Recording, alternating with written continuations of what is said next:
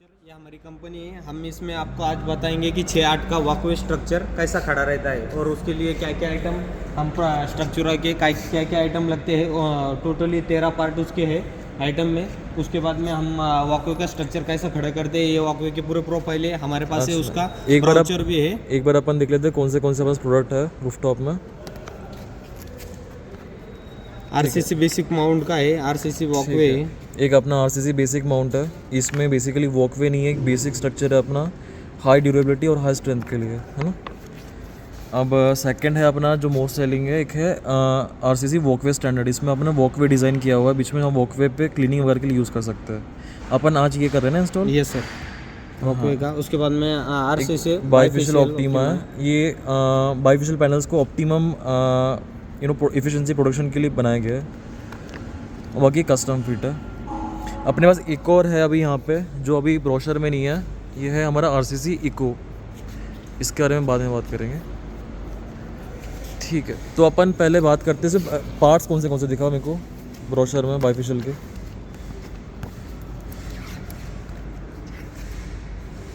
ठीक है, तो ये अपना फ्रेम है। इसमें हम जो कॉलम होते हैं ना, ये जो लेग्स होते हैं कॉलम कहते हैं। जो सपोर्टिंग स्ट्रक्चर होते हैं वो ब्रेसिंग कहते हैं। जो कॉलम टू कॉलम कनेक्ट करता है वो राफ्टर होता है। और बीच में ये वॉकवे का फिटिंग के लिए हमने बनाया है फ्रेम का। और ये बैक ब्रेसिंग है अपनी। तो अब ये प्रोफाइल्स अपन कैसे समझेंगे जब अपने को साइट पे आता है कुछ, तो अपने को कैसे मालूम पड़ेगा कौन सा क्या है। हर प्रोफाइल के लिए हमने एक डिजिट दिया है, हम नेमिंग भी देते हैं हर प्रोफाइल के लिए। जैसा राफ्टर है, राफ्टर के लिए हमने एक कोड डिसाइड किया है 3.3 वॉकवे स्ट्रक्चर 6.68 का। ये 6-8 का स्ट्रक्चर है। अच्छा, सी नॉमेनक्लेचर दिया है। तो बेसिकली अपन हर ऑर्डर के साथ में एक डिज़ाइन आपको देते हैं, जिसमें आपको डिज़ाइन दिख जाएगी टेबल की कैसी है। तो ये हम जो टेबल आज इंस्टॉल करेंगे उसका डिज़ाइन है, साथ में उसके आपको बीएम भी मिल जाएगा। तो बीएम आपके हर पार्ट की लिस्ट होगी और उसमें हमने आइटम कोड और टेबल कोड कर रखा है, बराबर। Yes sir. तो इसमें हमारे कितने पार्ट्स दिख रहे हैं, अपने प्रोफाइल दिख रहे हैं अपने को। इसमें हार्डवेयर भी है अपना। अच्छा, यहाँ तक प्रोफाइल्स है अपनी, इसके नीचे हार्डवेयर भी है, ठीक है। और उसमें अपने हर प्रोफाइल को अपना आइटम कोड कर रखा है। और ये प्रोफाइल का आइटम कोड समझना भी आसान है। जैसे क्या 3.3 का मतलब क्या है? 3.3 किलोवाट का है। 3.3 किलोवाट वॉकवे। तो बेसिकली 3.3 किलोवाट का है। डब्ल्यू मतलब वॉकवे का स्ट्रक्चर है। एंड 6.8 मतलब 6 फुट 8 फुट की हाइट जो हमारे स्टैंडर्ड रेंज है उसमें से 6 फुट 8 फुट का ये। और हर आइटम का कोडिंग है ABCD। तो कॉलम 1 के लिए A है, कॉलम 2 के लिए B है, राफ्टर के लिए C है, पर्लिन के लिए D है, ब्रेसिंग 1 ब्रेसिंग 2 के लिए EF है। अकॉर्डिंगली नीचे पूरा प्रोफाइल का बीम आपको मिल जाएगा, ठीक है। अब ये सेम बेसिकली आइटम कोड के साथ हमने यहाँ प्रिंट किया हुआ है आपके समझने के लिए। ये पकड़ना।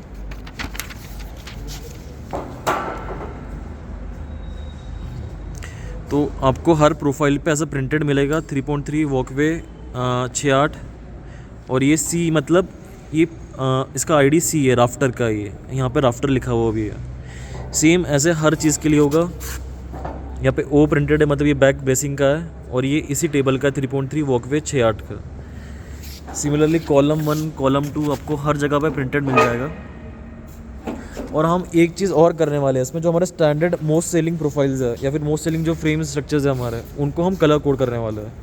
वो कलर कोड आपको आपके बीएम में मतलब आपको बता दिया जाएगा, बराबर। Yes sir. सेकंड, अभी अपने को ये इंस्टॉल करना है, तो अपन ये बता दिया कि अपने को कौन सा पार्ट कौन सा है। ये अपन ने प्रिंटेड तो करेंगे। Yes sir. But in case printed नहीं रहा तो अपने मतलब समझ में कैसा है कौन सा पार्ट कौन सा। हमने ये सिंगल पार्ट लिया है। सिंगल पार्ट इसलिए लिया है कि समझने में आसानी होगी आपको। ये राफ्टर है, सबसे ज़्यादा बड़ी लेंथ इसकी है। राफ्टर की सबसे बड़ी लेंथ है। हमने लेंथ हर एक की दी है 4300। ये राफ्टर की लेंथ है। हर एक की लेंथ बीएम में आपको मिल जाएगी। तो हर एक का ऐसा लेंथ है, क्या है उसके, हर एक की लेंथ आपको बीएम में हम प्रोवाइड करेंगे। तो बीएम में लेंथ भी है। इन केस प्रिंटिंग ना हो या फिर प्रिंट मिट जाए, कुछ हो जाए, तो आप लेंथ चेक करके प्रोफाइल आप समझ सकते हो, बराबर। Yes sir. Length plus holes भी चेक करना पड़ेगा आपको। आपने जो डिज़ाइन दी है उसके हिसाब से आपको होल्स चेक करने पड़ेंगे कि होल्स अब बराबर मैच कर रहे हैं। वरना क्या होगा, 6-8 का टेबल लोगे, 8-10 का टेबल लोगे, राफ्टर का लेंथ सेम होगा बट होल अलग अलग होंगे, बराबर। Yes sir. ठीक है। उसके बाद में हम ये first of all rafter back bracing column 2 column 1 bracing 2 bracing 1। उसके बाद में इधर वॉकवे का ये है हमने, अरे वॉकवे के लिए जो लगता है लेग 1 लेग 2 और कनेक्टर, और उसके साथ ये पर्लिंग के बाद आता है वॉकवे और ये बेस प्लेट। ठीक है, तो फॉर डेमो पर्पस अपन अभी सब रॉ जो हमने रिसेंटली मैन्युफैक्चर किया है वो दिखा रहे हैं, इसमें कोटिंग वगैरह कुछ भी नहीं है, बराबर, कॉलम बेस पे अपना। ठीक है, और अपने नट बोल्ट सब SS304 के और नट बोल्ट भी 62 नट बोल्ट लगते हैं, उसमें क्वांटिटी सब दिया है, और ब्रेसिंग प्लेट अपने को 4 लगती है, वॉकवे के नट बोल्ट 4 लगते हैं। तो बेसिकली बीओ में सारे कितने आइटम लगते हैं, क्या लगते हैं, आपको मालूम पड़ जाएगा। अब इसी के साथ हम आपको स्ट्रक्चर कैसा खड़ा होता है और क्या होता है ये सब बताएंगे, उसके साथ ही उसका कैसे कैसे क्या प्रॉब्लम आते हैं वो भी आपको बताएंगे। इसके साथ जब आप स्ट्रक्चर खड़ा कर रहे हो तो सबसे मेनली इशू आता है हमारा सरफेस का। सरफेस वाटर लेवल नहीं है, लेवलिंग में रहता है। सरफेस के लिए हम लेवलिंग के लिए उधर साइड पर जाकर पहले लेवलिंग का सोचेंगे या सीमेंट का कुछ कर सकते हैं, नहीं तो फिर हमने एक एडजस्टमेंट दिया है, एक वो बाद में बताएंगे, एक बार अपन खड़ा कर लेंगे फिर उसे बताएंगे। तो बेसिकली साइट पे जाने बाद सबसे पहला काम हमें ये करना है कि लेवलिंग कर लेनी। जहाँ पे हमारा स्ट्रक्चर खड़ा होगा, मान लो जैसे ये खड़ा हुआ है, तो वहाँ पे चारों लेग, हाँ वहाँ पे चारों कॉलम अपने चारों लेग नीचे ज़मीन पे टिक पाए, उसके लिए अपने वाटर लेवलिंग करनी पड़ेगी। वरना बहुत बार RCC रूफ पे ये होता है कि 5 से 10 mm का गैप पड़ जाता है, तो एक आधा कॉलम हमारा ऊपर नीचे हो सकता है। वो इशू हमारा प्री फैब में ना हो तो पहली साइड पे जाके हमें चेकिंग करना पड़ेगा वाटर लेवलिंग से कि हाइट सारा बराबर है। इन केस बराबर ना हो तो हम उसको उस हिसाब से सीमेंट ब्लॉक बना के हाइट सबका लेवलिंग कर ले, और एंकर फास्टनर भी पहले लगा लिया तो वो टाइम सेव हो जाएगा, बराबर। तो पहले वाटर लेवलिंग से अपने सीमेंट ब्लॉक्स बना लिए, एंकर फास्टनर नीचे लगा लिए, तो उससे टाइम सेव हो जाएगा। अगर एंकर फास्टनर नहीं भी लगा, बाद में लगा है, तो हमें एटलीस्ट सीमेंट ब्लॉक बना के सबकी हाइट लेवल करनी पड़ेगी। अबे हम कुछ गलतियां होती है इसमें, वो बताएंगे कि किससे क्या होता है। उल्टा लगता है कभी स्ट्रक्चर तो असेंबल बराबर नहीं होता है, कोई टिल्ट होता है, कुछ प्रॉब्लम आती है, वो सब बताएंगे हम। और स्ट्रक्चर स्टार्टिंग से पहले राफ्टर को फिक्स लेंगे, राफ्टर को लेंगे हम। ठीक है, तो अभी अपन मतलब ये असेंबलिंग के लिए अपन स्टार्ट कर रहे हैं। पहले अपन कॉलम फिक्स कर ले, कॉलम बेस पे राफ्टर स्टार्ट करने से राफ्टर ले लेंगे और कॉलम बेस उसके साथ ही कर लेंगे। अच्छा ठीक है, तो पहले हम राफ्टर को ले लेंगे।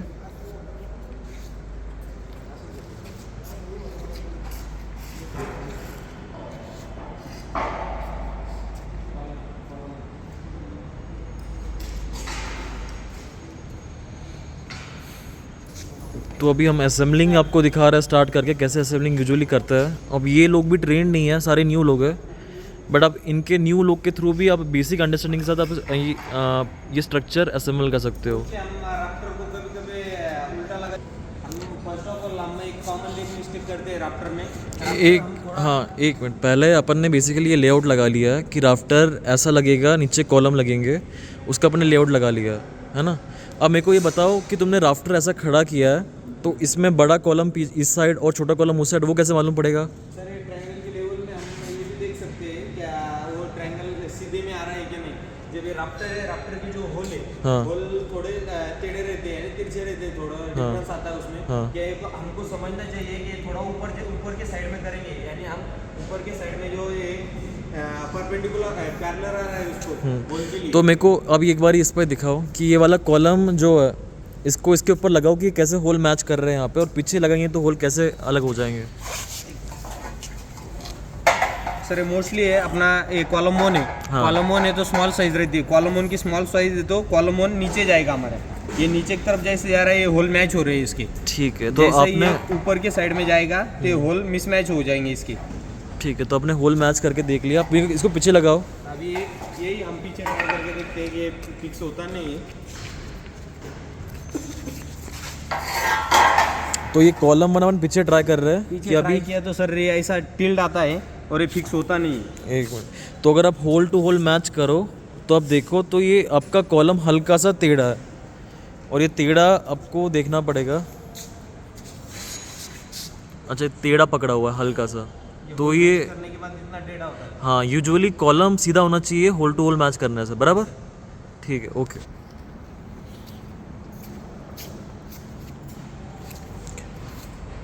अब मेरे को ये बता, अब ये बता राफ्टर कैसे अपन ने ये देखा, किसी डायरेक्शन क्या होगी राफ्टर की? सर राफ्टर की डायरेक्शन अपने पर्लिंग के साइड के ऊपर की जो होल है, ये ऊपर के साइड में ही लगाना है हमको। तो ये पर्लिन इस पे लगती है, पर्लिंग ये पर्लिन होल पे की होल लगती है। है, इसके 4 होल रहते हैं एक साइड से राफ्टर के लिए। ठीक है। तो हम उसे ऊपर के साइड में करेंगे और कॉलम नीचे के साइड में, नीचे के डायरेक्शन में उसको हम फिक्स करेंगे। ठीक है, अब ठीक है, मैंने इसको उल्टा लगाया तो ऐसा सतीश, हाँ सर। अगर मैंने जो कॉलम तुमने अभी ऐसा लगाया, इधर नीचे लगाया, इसको मैंने राफ्टर घुमा दिया, फिर क्या होगा? राफ्टर घुमाया ना सर, ये फिक्स तो हो जाएगा, नहीं फिक्स हो जाएगा, पर हम ऊपर के साइड में लगा नहीं सकते। यानी हम पैनल फिट नहीं कर सकते। तो मतलब एक रूल ऑफ थंब यही है कि जो पर्लिन वाला होल है ये ऊपर साइड में डायरेक्शन में आना चाहिए और कॉलम उसके एडजस्टमेंट लगने चाहिए, बराबर। नीचे की साइड में कॉलम नीचे की साइड में लगना चाहिए। पर्लिन वाला होल इधर आ गया, कॉलम इधर लगेंगे अभी, और बाकी अपन होल मैच करके कॉलम सीधा के वो चेक कर लेंगे। ठीक है, ओके, चलो हो गया।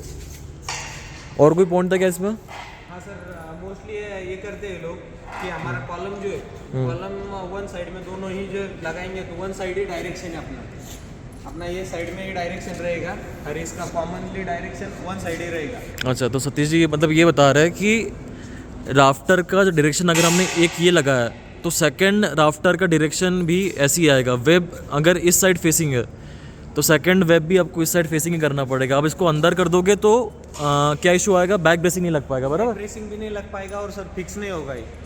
अच्छा, तो वेब का जिस डायरेक्शन में आपने एक लगाया सिमिलर आपको सेकंड वाला लगाना पड़ेगा। आप उसको उल्टा नहीं कर सकते और इसी डायरेक्शन में रखना पड़ेगा। मतलब डायरेक्शन अपन चेंज ही नहीं कर सकते ना, डायरेक्शन तो यही रहेगी। डायरेक्शन एक ही रख सकते पर्लिन का होल ऊपर है तो डायरेक्शन तो यही रहेगा, हैं। सर वो तो चेंज ही नहीं होगा।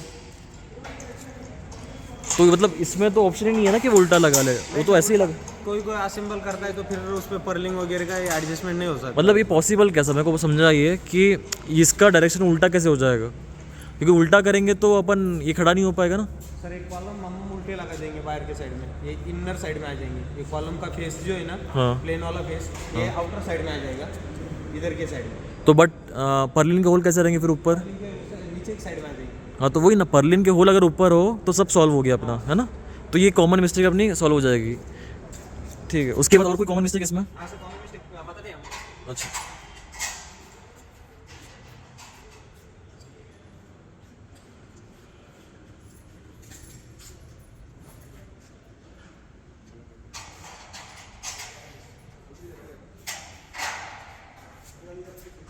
ये लगाते समय ऐसा लगता है इसका एक ही बंद, मतलब ज़्यादा लोग सामान मत लाओ तो समझेगा क्लियर वीडियो में ना। इसकी कॉमन लेवल मिस्टेक होती है कि होल मैच नहीं होता है। ऐसा लगता है कि होल मैच नहीं हो रही।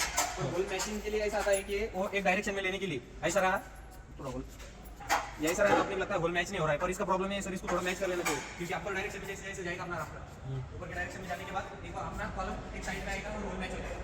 ठीक है,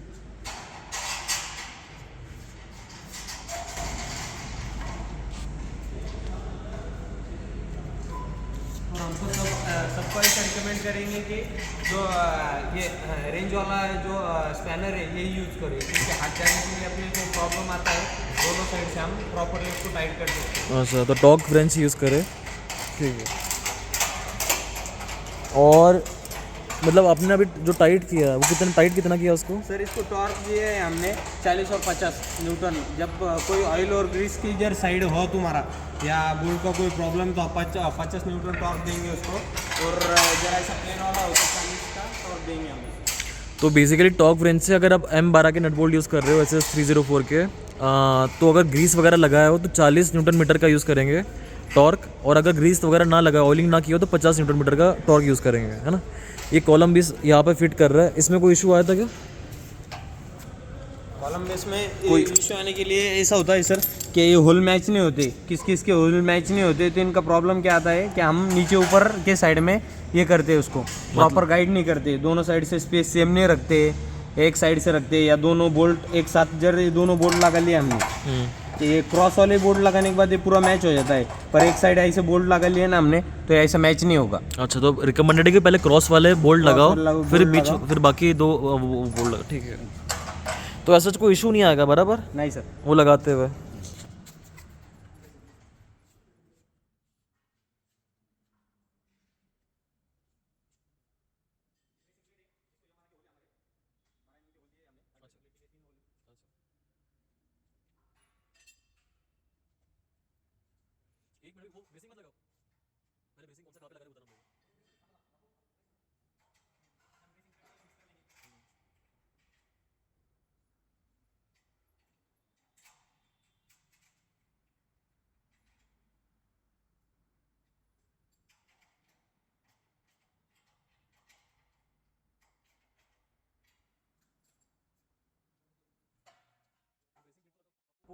ब्रेसिंग प्लेट लगाना हो, कॉमनली इसमें एक मिस्टेक होती है सर। एक मिनट, तो ये फिक्स हो गया, हिल नहीं रहा है।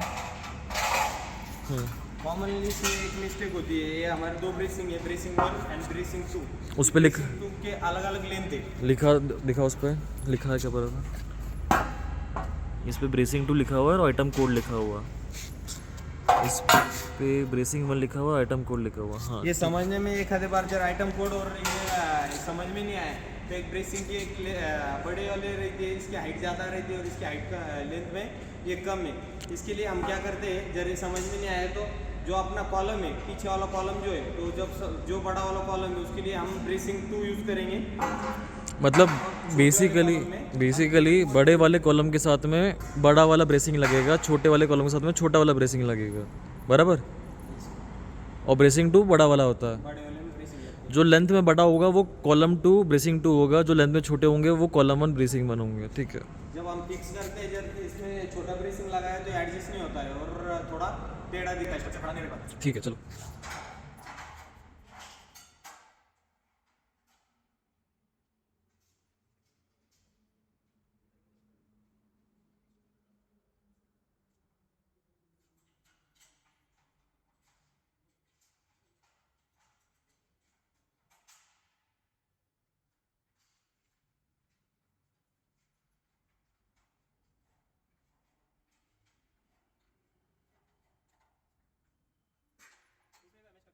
कॉलम को आगे पीछे करके इसका होल मैच करके इसको फिक्स करना है।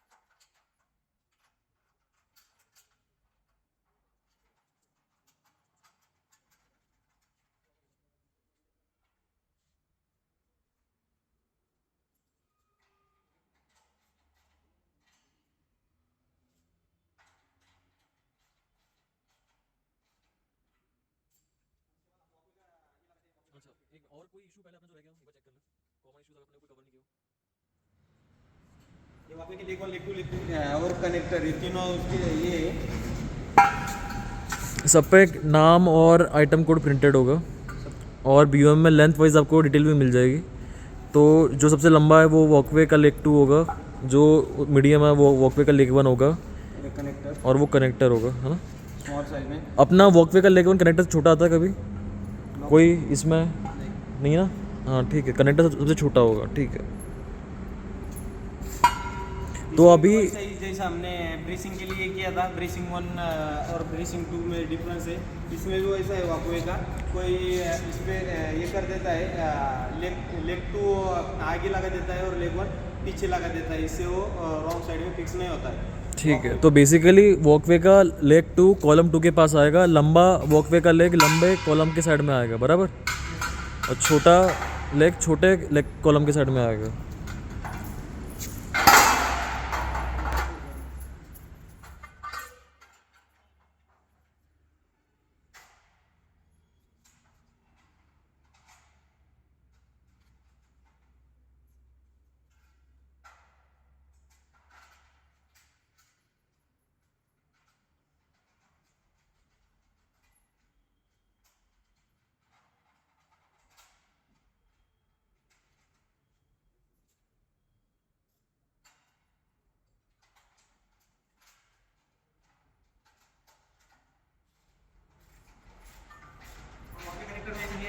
वॉकवे कनेक्टर के अपर साइड के लिए वॉकवे फिक्स करने के लिए 2 होल है।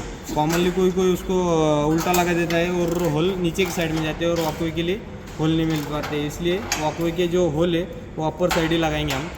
ठीक है। तो बेसिकली वॉकवे क्लैम्प करने के लिए एक मैकेनिज्म बनाया है, उसमें क्लैम्प ऊपर की साइड लगेगा। ऊपर की साइड मतलब टेबल के ऊपर की साइड।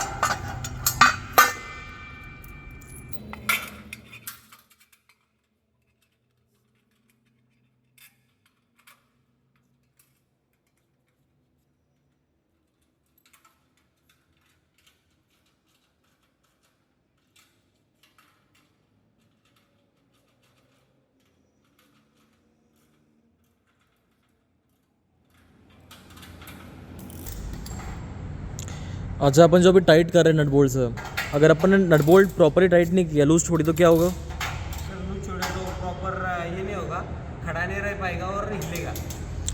तो बेसिकली कनेक्शन प्रॉपरली जॉइन नहीं हो पाएगा और वाइब्रेशन से वो लूज़ होके इवेंचुअली निकल सकता है।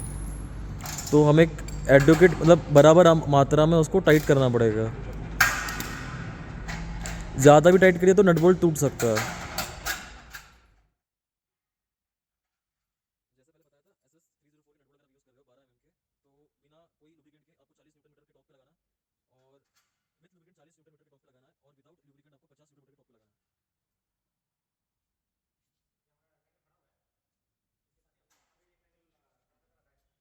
तो अपना एक आधा पार्ट असेंबल हो चुका है, आधा पहले से इन्होंने कर रखा था, अब यहाँ से खड़ा करेंगे, बराबर।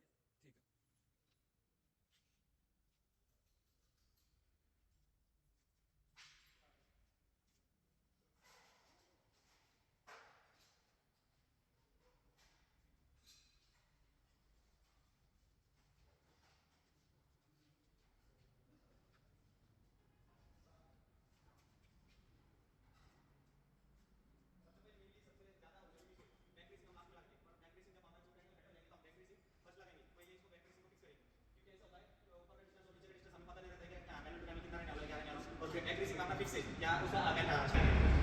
ठीक है, तो बेसिकली जब डिज़ाइन किया था स्ट्रक्चर ये, तो एक एनालिसिस के according strut column two column distance कितना होना चाहिए, स्ट्रट कितना लेंथ तक पैनल का वेट संभाल सकता है, तो वो कॉलम टू कॉलम डिस्टेंस निकाला गया था। एंड अगर वो ज़्यादा करते हो आप तो स्ट्रट बल्ज होने के चांसेस है। अगर आप कम करते हो तो आपके ऊपर में ये बैक ब्रेसिंग वगैरह लग नहीं पाएगा, और अगर आप कम करते हो तो आपके जो ये स्ट्रट है वो बाहर से बल्ज कर सकते हैं इन केस उनके ऊपर ज़्यादा वेट वगैरह आता है। तो एक ऑप्टिमम जो डिस्टेंस है कॉलम टू कॉलम वो आपको डिज़ाइन में दिख जाएगा, और आपका वो कॉलम टू कॉलम डिस्टेंस बराबर एक्यूरेट रहे, तो उसके लिए पहले आप बैक ब्रेसिंग लगा लीजिए। बैक ब्रेसिंग से बेसिकली ये इंश्योर हो जाता है कि distance at least column two column distance बराबर रहेगा। तो एक बार बैक ब्रेसिंग लगने के बाद हम ऊपर पर्लिन्स वगैरह लगाएंगे, क्योंकि पर्लिन्स किसी भी लेंथ पे आप जॉइन कर सकते हो, बट बैक ब्रेसिंग में हमने लिमिटेड नंबर ऑफ 2 ही होल दिए है, ताकि आप इंश्योर करो कि लेंथ आपका कॉलम टू कॉलम बराबर रहे। ठीक है।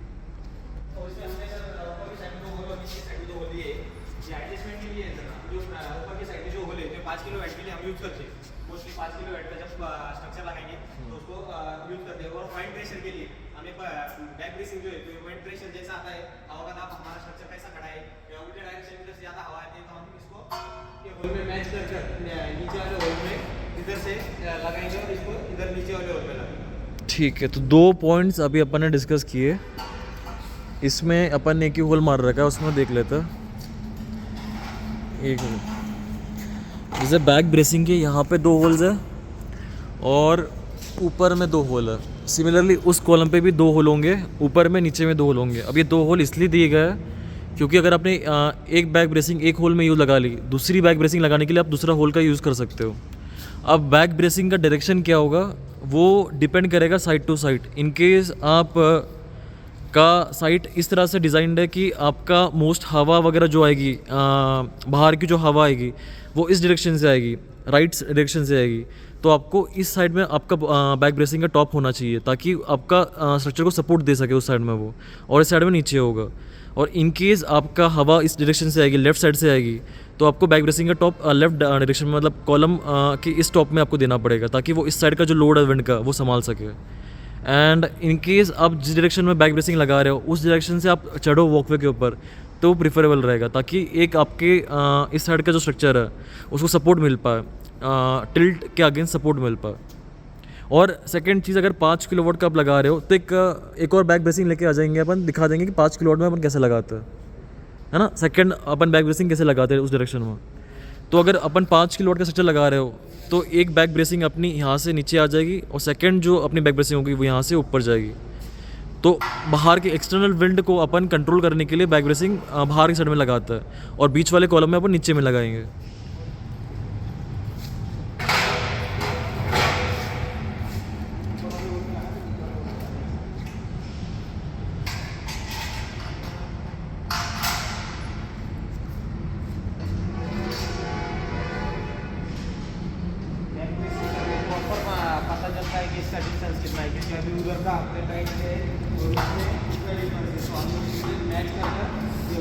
अच्छा, तो जैसे इन लोगों ने कॉलम थोड़ा बाहर रख रखा था, बट अभी बैक ब्रेसिंग को अंदाज़ा आ गया कि कॉलम कहाँ पे आना चाहिए, है ना, बराबर। अब जैसे इन्होंने ये बैक ब्रेसिंग सेकंड होल में, नीचे वाले होल में इन्होंने क्लैम्प किया, तो यहाँ भी ये नीचे के सेकंड होल में क्लैम्प होगा। लेंथ वाइज के हिसाब से। इसको अगर आप ऊपर कर दोगे तो अगर आप एक्चुअली टेबल का लेंथ वो ज़्यादा कर दोगे, तो इसे नीचे वाले होल में लगाना पड़ेगा। अगर वहाँ पे नीचे लगाया तो यहाँ भी नीचे लगाना पड़ेगा, वहाँ अगर ऊपर लगाया तो यहाँ भी ऊपर वाले होल में लगेगा। ठीक।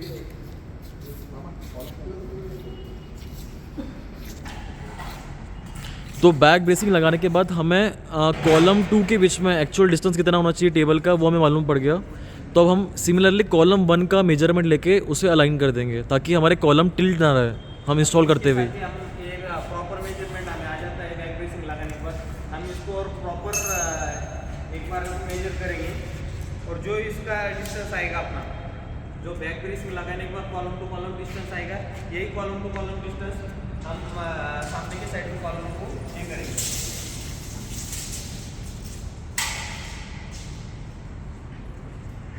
जितना डिफरेंस आए इसमें थोड़ा आगे ले। अच्छा, तो ये लेंथ मेजर करके कॉलम आगे पीछे आप एक्यूरेटली कर सकते हो, लगा सकते हो।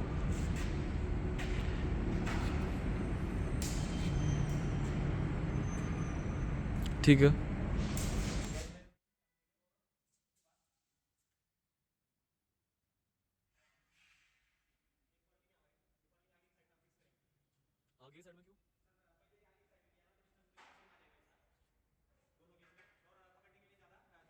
अच्छा, आगे की साइड मतलब ये कैमरा साइड बोल रहा है, तो मतलब ये पीछे जहाँ पे बैक ब्रेसिंग लगाया पहले वहाँ पे हम लगाएंगे। अच्छा, टेबल के आगे लगाएंगे। ठीक है, ओके। आगे साइड में लगाएंगे और पकड़ने की जरूरत नहीं गिरेगी बाद में स्ट्रक्चर। ओके, तो बेसिकली इन्होंने सामने मेजरमेंट कर लिया, कॉलम 2 के हिसाब से इन्होंने कॉलम 1 में एडजस्टमेंट कर लिया। अब वो एडजस्टमेंट को वैसे ही रखने के लिए पहले वहाँ पे पर्लिन फिक्स कर लेंगे।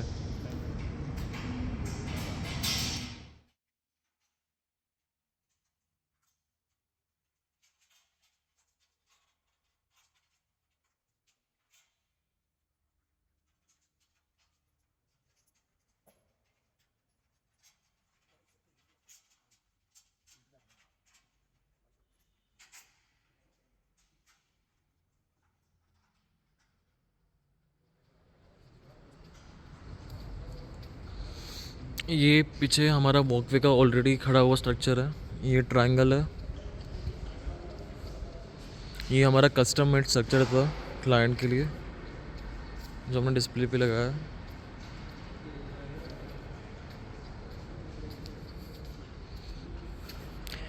ये एल्युमिनियम प्रोफाइल्स वगैरह मेटल रूफ के लिए।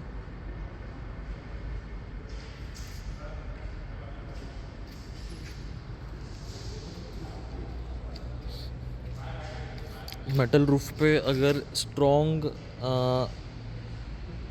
स्ट्रेंथ हो पीवी की तो हम ट्रायंगल खड़ा कर सकते हैं ऐसे किसी भी इंक्लिनेशन में। हो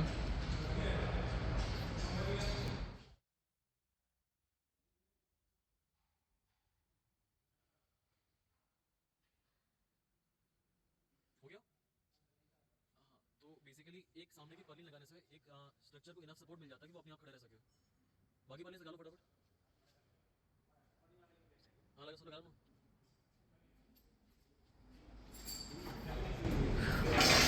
अच्छा, ये कैसे इंश्योर करते हैं? जैसे आप सामने पर्लिन लगा ली, बट ये पीछे वाला तो टिल्ट कर सकता है ना। ये जो पार्ट है ये टिल्ट हो सकता है थोड़ा बहुत तो। के लिए सर हम जैसा नीचे की साइड में ये किया है, डिस्टेंस लिया है, हाँ, तो ऊपर की साइड में भी हम थोड़ा डिस्टेंस लेंगे या पर्लिन पे हम एक साइड से फिक्स कर लेंगे। पर्लिन को एक साइड से ओके। तो सेकंड चीज़ बेसिकली आप ये कर सकते हो, आपने जो मेजरमेंट लिया, आपका जो एक्चुअल में जो मेजरमेंट होना चाहिए वो आप पर्लिन पे पहले ही मार्क कर दो। मतलब पर्लिन पे तो एक साइड में पर्लिन को फिक्स कर दो, थोड़ा डिस्टेंस रखो और दूसरे साइड में जब टिल्ट लगा हमको तो थोड़ा अंदर बाहर हम एडजस्ट करके नहीं, टिल्ट वो देखने की ज़रूरत नहीं है। आप पहले ही पर्लिन को अगर मार्क कर लो, आप एक पॉइंट मार्क कर लो जो आपको पता है कि कहाँ लगना है, और सेकंड मार्क आप डिस्टेंस के हिसाब से थोड़ा बहुत मार्क कर लो। उसको एक्यूरेटली वैसे मत इंस्टॉल करना, बट अंदाज़ा रखना कि वहाँ उसके आसपास क्या लगना चाहिए ताकि ऊपर वाला पार्ट टिल्ट ना हो हमारा।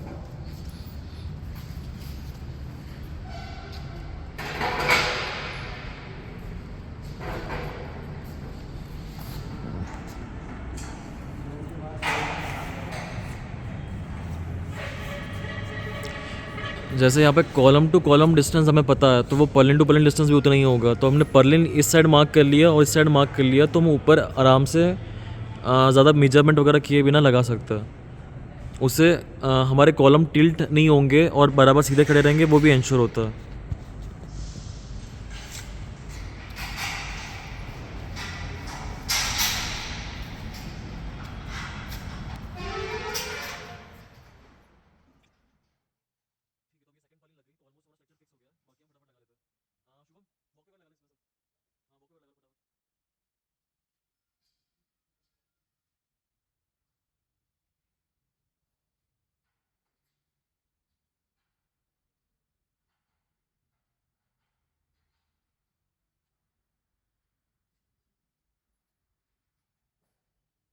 बीच की तो पर्लिंग लगा लो ना, आधे लोग वो कर लो, वॉक पे लगा लो, आधे लोग बीच में पर्लिंग लगा लो।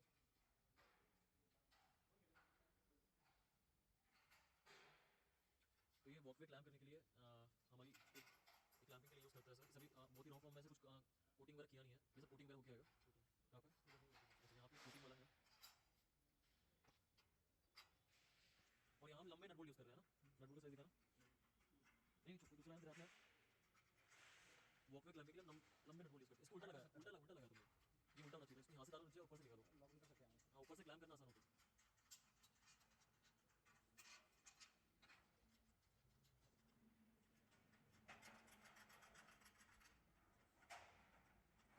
आराम से यहाँ से ऊपर से क्लैम्प करने में आसानी होती है, तो इट्स बेटर कि ऊपर से करो।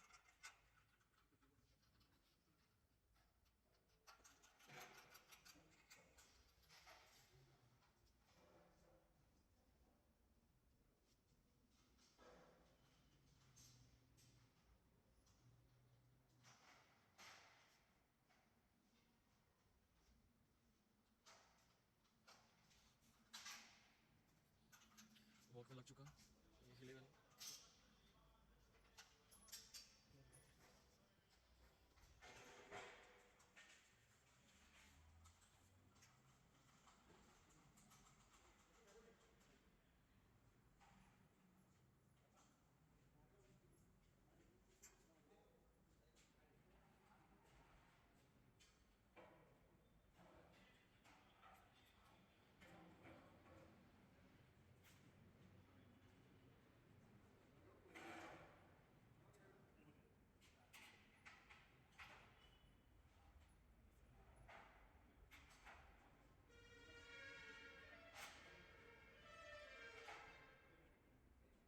ये सब वीडियो पर्पस के लिए फास्ट असेंबली हो रही है, वरना आराम से नट बोल्ट सब टाइट करके आप खड़े करना।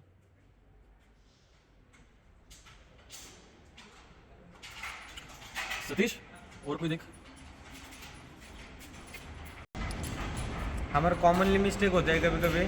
अभी राफ्टर फिटिंग का तो हमने बता ही दिया आपको, उसके बाद में बैक ब्रेसिंग का लास्ट में कोई क्या करता है, ये बैक ब्रेसिंग लास्ट में फिट करता है, फिक्स करता है। वॉकवे की जो लेग वन है, लेग टू, अभी मोस्टली इधर अभी सैम्पल हमारा एक ओके दिख रहा है, लेग वन इधर से लगा देता है, लेग टू इधर से लगा देता है, दोनों कॉमन मिस्टेक हो जाता है। और उसके बाद में नीचे के होल जो है, ये नीचे की साइड में कनेक्टर को जॉइन करते हैं हम। तो मुझे बताओ स्ट्रेंथ कैसा है अभी इसका? अभी हमने बहुत ही लूजली फिट किया है इसको असेंबली वीडियो के लिए, तो अभी स्ट्रेंथ कैसा है इसका? हमारा वॉकवे का हम स्ट्रेट में बनाते हैं, जैसे हमारे 4 या 5 मैन पावर पे उस पर खड़े रहे तो वॉकवे हमारा टिल्ट नहीं होता है। मतलब वॉकवे डिज़ाइन ऐसा है कि 3-4 लोग भी खड़े हो जाए या फिर नॉर्मल में इस पे खड़ा लटक सकते हैं, तो कुछ नहीं हो रहा है, इसको प्रॉपर फिक्स नहीं किया है और इस पे हम ठीक है, रहने दे, समझ गए, रहने दे। हाँ ठीक है। और कोई चीज़ अपनी अभी बाकी जो रह गई थी?